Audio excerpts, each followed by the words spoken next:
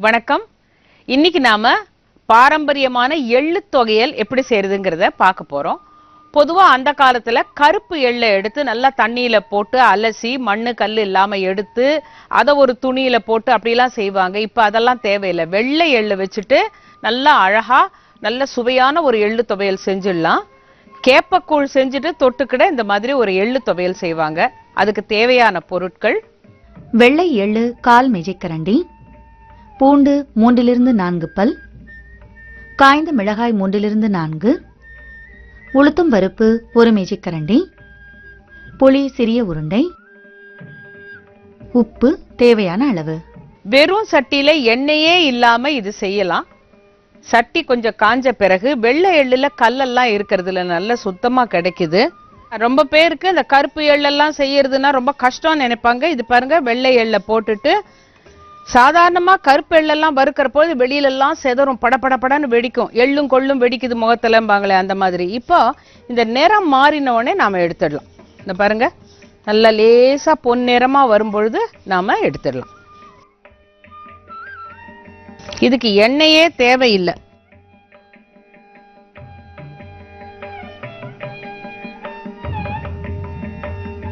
அது ஆறட்டும்.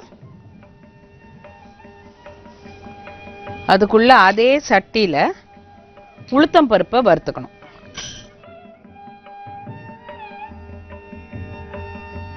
முழு உளுந்த 1 கப்பு நீங்க எள்ளு எடுத்தீங்கன்னாக்கா அதுல ஒரு 1/4 கப்பு உளுத்தம் பருப்பு எடுத்துக்கலாம்.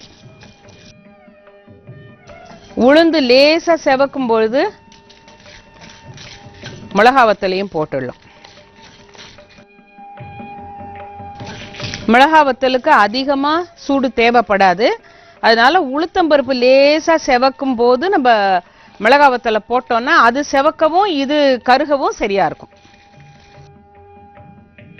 கண் கண்ட திட்டம்னு சொல்லுவாங்களே, அதுதான். அதுக்கு இதுலயே உப்பையும் போட்டு இப்ப அந்த எள்ளுக்கு இந்த 3 மிளகாக்கு உளுத்தம் பருப்புக்கு எவ்வளவு உப்பு வேண்டிருக்குமோ அதை இதுலயே போட்டணும். பாருங்க, இப்ப இது நல்லா செவந்துடுச்சு.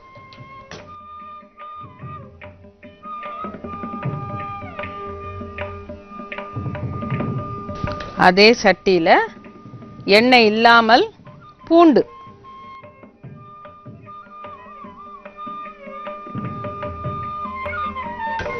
இந்த பூண்டையும் நல்லா வதக்கணும்.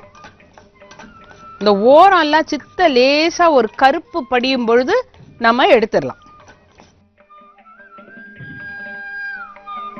இது அவங்கவங்க இஷ்டத்தை பொறுத்தது. சில பேர் வீட்டுல பூண்டு மனம் அதிகமா இருக்கணும்னு நினைச்சாங்கன்னா இன்னும் 4 பல்லு போட்டுக்கலாம். பாத்தீங்களா, ஓரம் எல்லாம் லேசா செவந்துக்கிட்டு வரும். அதுல ஒரு சின்ன ஒரு கருப்பு கோடு வரும்போது நம்ம எடுத்துடலாம். நான் முதல்லயே சொன்னேன், கேப்பக்கூழுக்கு தொட்டுக்க எள்ளு துவையல்னுட்டு. கேப்பக்கூழுலையும் எண்ணெய் கிடையாது, இதுலயும் எண்ணெய் கிடையாது. ஆனா சுவையான ஒரு பண்டம் சாப்பிடணும்னா எள்ளு துவையலும் கேப்ப கூழும் ஒரு நல்ல ஜோடி. இப்ப இது நல்லா வறுபட்டுடுச்சு. இது எல்லாம் ஆறின பிறகு மிக்சியில அரைச்சிடலாம். ரொம்ப வேகமா அரைக்க வேண்டாம், கொஞ்சமா வச்சு அரைச்சிங்கனாலே சேர்ந்துக்கும். இப்போ அரைக்கிறதுக்கு முன்னால நாரெல்லாம் எடுத்துட்டு இந்த எள்ளுக்கும் இந்த மிளகாக்கும் இந்த அளவு புளி சரியா இருக்கும். இப்ப இதெல்லாம் ஆறி போச்சு. இத மிக்சியில போட்டு அரைச்சிடலாம்.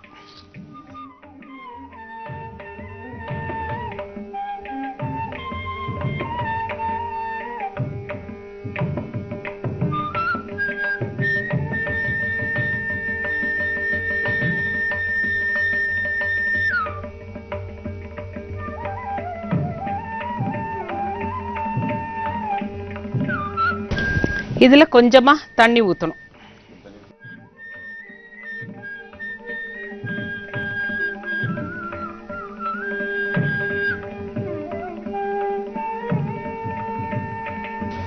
பாரம்பரியமான எள்ளு துவையல் தயார்.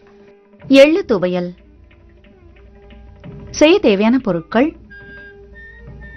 வெள்ளை எள்ளு 1/4 மேஜைக்கரண்டி, பூண்டு 3-4 பல், காய்ந்த மிளகாய் 3-4, உளுத்தம் பருப்பு 1 மேஜைக்கரண்டி, புளி சிறிய உருண்டை, உப்பு தேவையான அளவு.